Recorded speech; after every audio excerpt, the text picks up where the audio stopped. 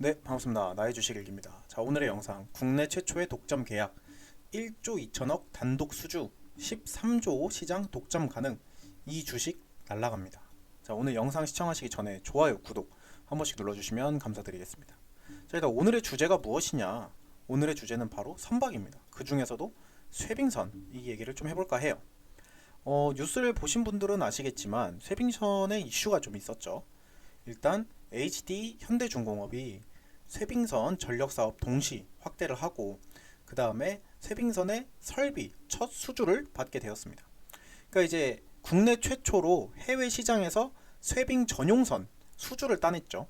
그러니까 이제 쇠빙 전용선은 일반 선박이 지나다닐 수 없는 이제 얼어붙은 바다에서 얼음을 깨면서 항로를 여는 역할을 하는 배예요. 그러니까 이제 뭐 핀란드, 노르웨이 등 인근 이제 결빙 해역이 많은 쇠빙선 광국과의 경쟁을 뚫고 수주를 따냈기 때문에 상당히 높이 평가할 만하죠. 네. 특히 온난화 최근에 이제 지구 온난화가 한 10년, 20년째 계속 이슈가 되는데 이 온난화로 인해서 북극의 일대의 빙하가 조금씩 녹으면서 새로 생긴 북극 항로에 세계 각국이 좀 주목을 하면서 쇠빙선의 개발도 중요해지고 있는 부분이죠. 그러니까 이제 이 HD 현대중공업이 대한민국 최초, 국내 최초로 이 수주를 따냈다. 요거는 상당히 긍정적인 시장의 평가다. 이렇게 생각하시면 좋을 것 같습니다. 그러니까 이제 그럼 쇠빙선의 시장 전망치를 한번 보시면 2024년 286억 달러, 그 다음에 2032년에는 398억 달러, 연평균 시장률이 성장률이 4.24%로 추정이 된다. 이거를 원화로 계산을 했을 때 24년에는 42조, 32년에는 58조의 시장이다. 그러니까 이 정도면 시장이 절대 적은 게 아니고 시장 엄청나게 큰 겁니다. 네. 그러니까 이제 아무래도 이 쇠빙선 자체가 이 북극 항로 쪽에 좀 관련이 많기 때문에 그리고 난이도 자체가 엄청난 고난이도의 선박을 이제 만들 수 있는 능력이 있어야 되기 때문에 이 시장 자체가 상당히 작은 시장이다. 만들 수 있는 업체가 상당히 작지만 시장 자체는 엄청나게 크다. 좀 이렇게 보시면 될 것 같아요. 그러니까 우리가 흔히 얘기하는 약간 좀 블루오션의 업체다라고 생각을 하시면 될 것 같습니다. 그러니까 이제 최근 미국과 캐나다는 쇠빙선 건조 협력체인 아이스팩트를 구성을 하고 향후 10년간 최대 90척 건조를 추진하는 약간 그런 지금 현재 극지 시장 경쟁 본격화에 들어가 있다는 거죠. 그러니까 이제 약간 꿈에 그리는 북극 항로예요. 꿈의 백길이에요. 북극 항로가. 근데 이제 아시아와 유럽을 잇는 북극 항로는 오래전부터 운항거리 단축과 물류비 절감 효과를 가져올 해상 게임처로 계속해서 거론이 되고 있었거든요. 그러니까 혹한의 날씨에 두꺼운 얼음과 빙하가 버티고 있기 때문에 개척하기란 쉽지 않죠. 특히 더 옛날, 지금이야 기술이 정말 많이 발전을 했지만 그 옛날 시장에서, 그러니까 그 옛날의 기술에서는 이거를 뚫고 가는 것 자체가 거의 불가능에 가까웠다. 그렇기 때문에 미지의 영역이었다. 이렇게 좀 볼 수 있죠. 그러니까 약간 전 세계적으로 쇠빙선을 만드는 업체도 크지 않거든요. 그러니까 이제 핀란드 여기 헬싱키 조선소에서 전 세계 60%의 쇠빙선을 건조했고 그 다음에 이제 헬싱키 조선소에서만 절반 이상을 건조했다. 전 세계에. 그렇게 업계에서 평가를 많이 하고 있어요. 자, 그러면 그 나머지 이제 이게 쇠빙선 같은 경우에는 이제 독자 설계랑 건조 역량까지 갖춘 실질적인 기업이 많아야 한 자릿수에서 10개 안팎의 소수 그룹이거든요. 그렇기 때문에 근데 여기서 또 중요한 거 보시면 핀란드, 캐나다, 미국, 러시아 이 네 개의 나라의 특징이 뭐죠? 바로 북극과 가깝다. 북극과 가깝고 자 우리가 세계적인 지도에서 미국이 여기 있습니다. 미국이 여기 있고 캐나다가 그 위에 있죠. 캐나다가 그 위에 있고 여기 알래스카가 있고 그 다음에 러시아가 있고 핀란드가 이쯤에 있습니다. 그 이 위에가 전부 다 북극해죠. 근데 여기서 눈여겨봐야 되는 게 이 대한민국입니다. 대한민국은 이 북극과 관련이 없어요. 따지고 보면 너무 멀기 때문에. 근데도 이 한국이 지금 현재 세계적인 쇠빙선 업체에 이름을 올렸다. 이거는 상당히 긍정적으로 봐야 좋을 것 같습니다. 그러니까 이제 쇠빙선의 그럼 시장 진입 난이도는 어느 정도냐? 시장 진입 난이도도 한번 봐야겠죠. 그러니까 이거는 조선업 안에서도 거의 최상급입니다. 최상급. 그러니까 진입 장벽이 답이 안 나와요. 그냥 나 좀 배 좀 잘 만들어 하는 회사가 들어갈 수 있는 시장이 아니라 이거를 거의 10점 만점을 기준으로 보면은 거의 9점 이상의 가능하다. 그러니까 난이도가 엄청나게 높다. 그럼 왜 이렇게 높냐? 첫 번째가 이제 설계 난이도죠. 그러니까 이제 쇠빙선은 일반 상선과는 좀 달라요. 그러니까 물만 가르면서 가면 되는 게 아니라 얼음을 깨면서 나가야 됩니다. 얼음을 깨면서 나가야 돼서 이게 선형, 선체, 하중, 추진기, 그다음 뭐 배치, 뭐 저온 환경 대응까지 전부 다르게 설계해야 돼요. 그리고 이제 국제 선급 협회도 선박에 대해 구조, 뭐 요구 사항, 기계 요구 사항 등 별도로 둘 만큼 규제가 엄청 빡셉니다. 그러니까 이제 아무래도 일반 배처럼 이렇게 해상을 지나다니는 게 아닌 그 엄청나게 단단한 빙하를 뚫고 지나가야 되기 때문에 아무래도 엄청 까다롭겠죠. 왜냐면 옛날에 타이타닉 같은 거 보시는 분들은 아실 거예요. 그러니까 빙하에 부딪히고 어떻게 됐죠?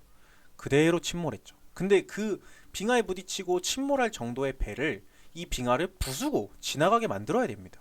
그렇기 때문에 얼마나 난이도가 높겠습니까? 자, 그 다음은 이제 시험 인프라와 데이터 축적이 좀 중요하다. 그러니까 이제 쇠빙선은 그러니까 단순 도면만 그려서 되는 게 아닙니다.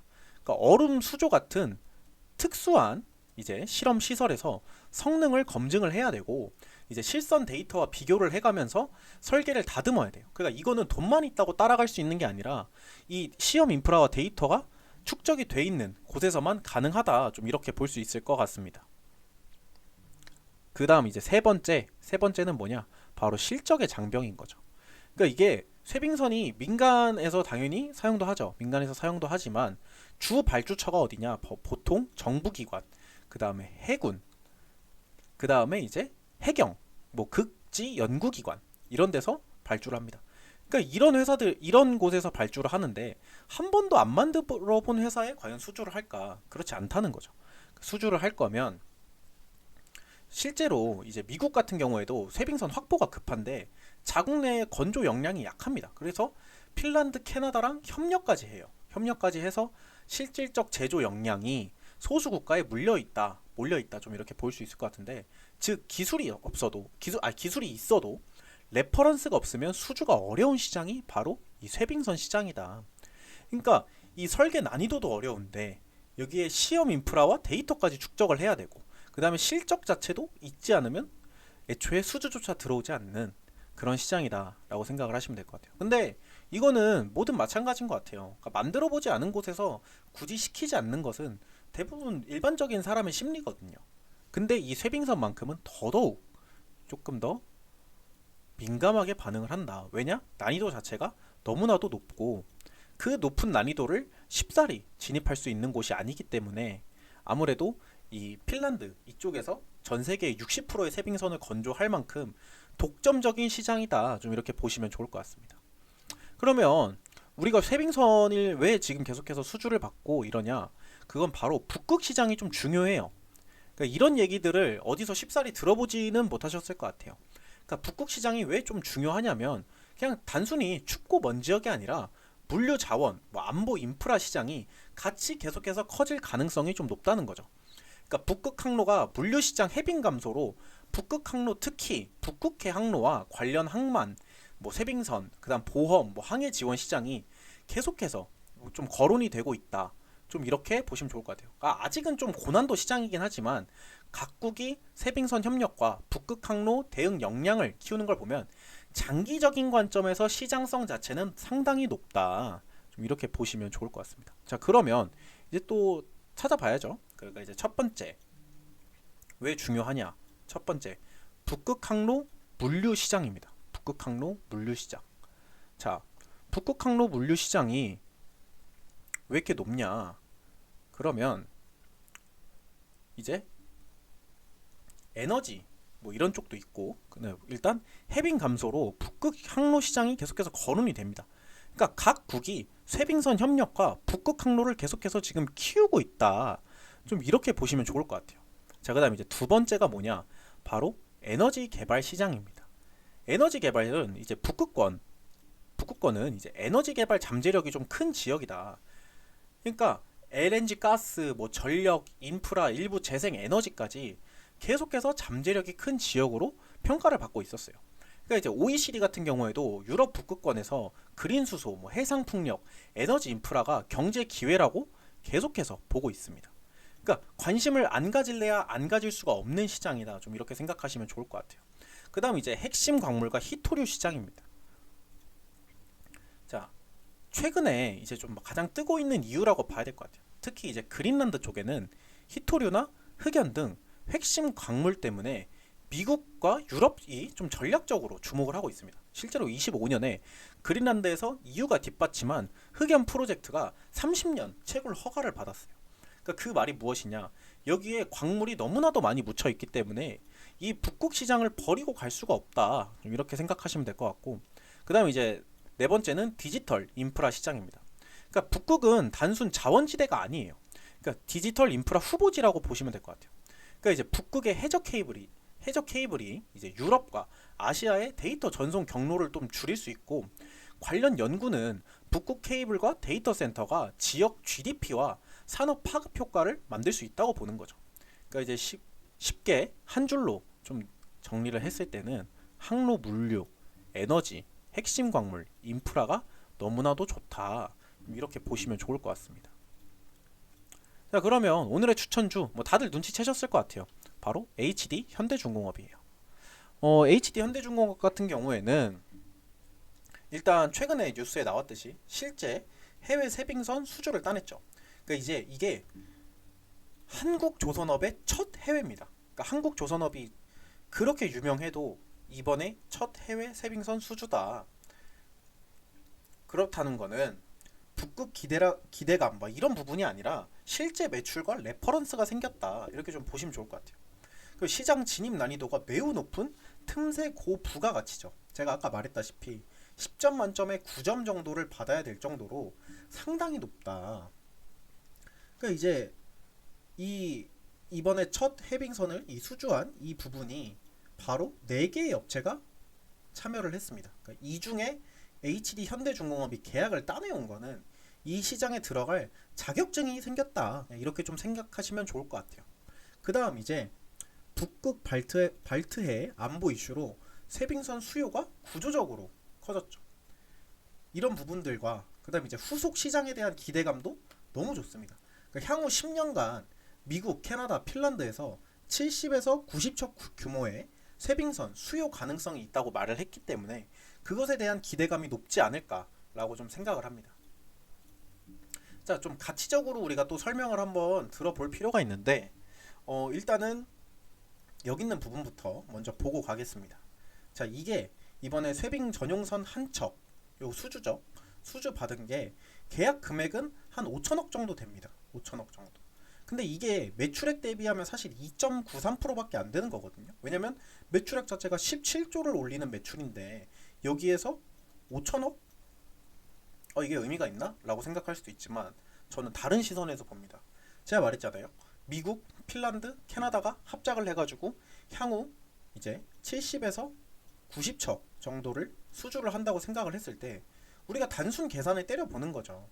이 중에 10척만 와도 이 5천억이 과연 얼마의 가치가 될 것이냐, 혹은 여기서 20척만 와도 어느 정도의 가치가 생기겠냐, 이거를 좀 보시는 게 좋을 것 같습니다. 그다음에 이제 두 번째 같은 경우에는 이제 엔진 발전기 공급인데 요거 같은 경우에는 6,270억 정도, 이제 매출액 대비에 3%밖에 안 되지만 이 두 개가 동시 계약이거든요. 그러니까 이제 22일 공시에 동시적으로 나온 거예요. 그럼 이걸 합쳤을 때 약 1조 2천억 정도 이번에 수주를 받았고, 물론 매출액에는 크게 해당이 안 될 수도 있지만 그래도 지금 계속해서 시장에서 HD 현대중공업이 선박 관련 선박이라던가 엔진 발전기라던가 쇠빙선이라던가 이런 부분들이 계속해서 수혜를 받고 있다, 좀 이렇게 판단하시면 좋을 것 같고, 그러니까 이제 재무 정보 같은 거를 봤을 때도 이제 매출액이 1조 7천억입니다. 1조 7천억. 17조. 네, 17조인데 자, 여기서 당기 순이익이 23년, 24년, 25년 말도 안 되게 늘어요. 247억이었던 당기 순이익이 갑자기 6,200억이 되고 그 다음에 1조 4천억이 됩니다. 그러니까 지금 이 3년이라는 시간 동안 매출액은 크게 차이가 없죠. 매출액은 늘긴 늘었으나 이렇게 폭발적인 단기 순이익만큼 폭발적인 흑자를 기록한 것과 이 매출액의 규모가 크게 별반 차이가 없습니다.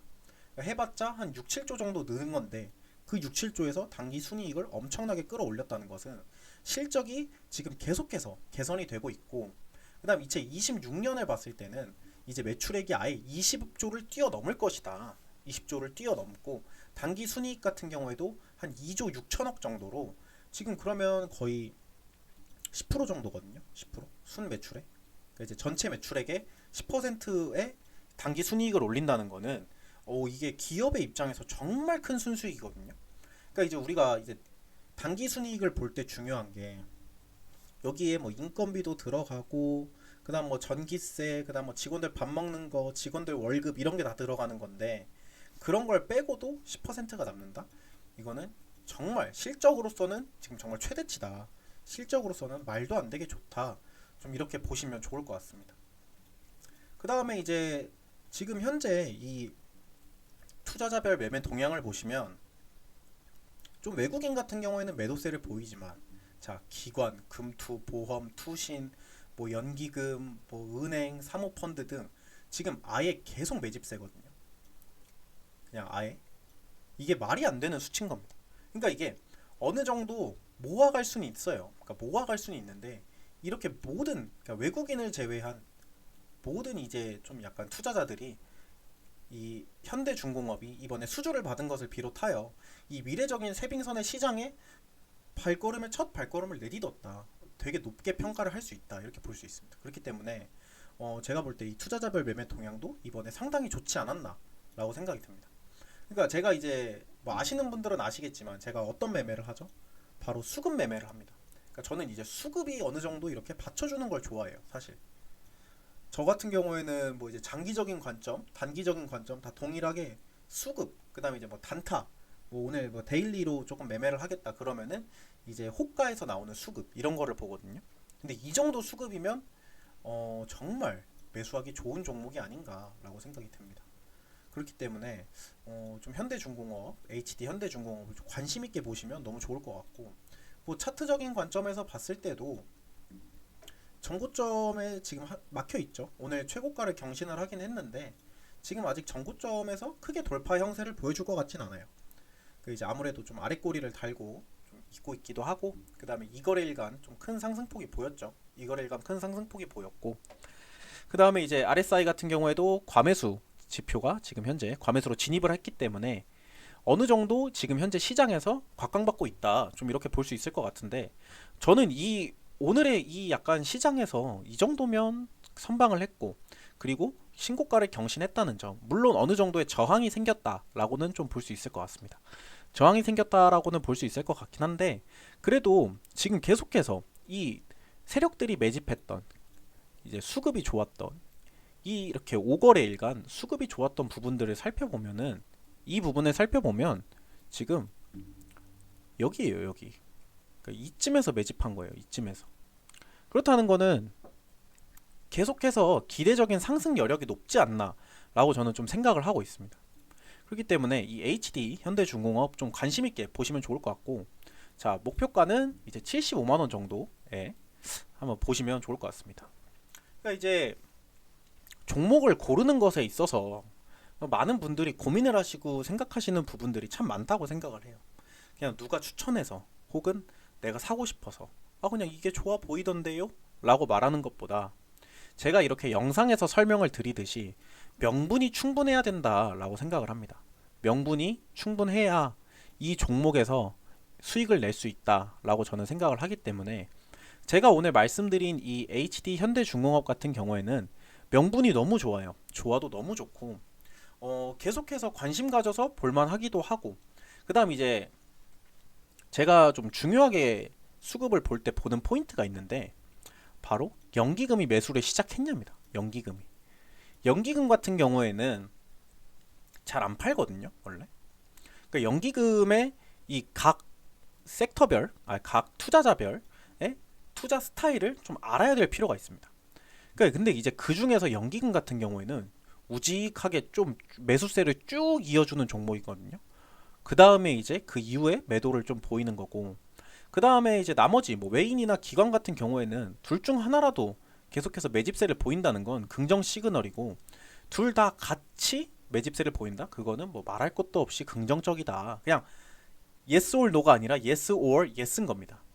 그렇기 때문에 좀 이런 부분들을 좀 집중 있게, 그 다음에 관심 있게 보시면 좋을 것 같고, 뭐 금투라던가 보험, 투신, 뭐 은행, 뭐 사모펀드, 뭐 기타 법인, 내 외국인, 뭐 안 사는 사람이 없습니다. 그냥 지금 개인이나 외국인 같은 경우에는 이제 어느 정도 차익 실현 물량이 나오고 있는 거고, 외국인 같은 경우에는 이전에 훨씬 낮은 상황에 매집을 많이 해놨기 때문에 지금 계속해서 매도세를 보이는 거지, 지금 타기 시작한, 이제 와서 매집을 하기 시작했던 이런 세력들은 지금이 개인이 올라타기 가장 좋다라고 생각하시면 좋을 것 같습니다.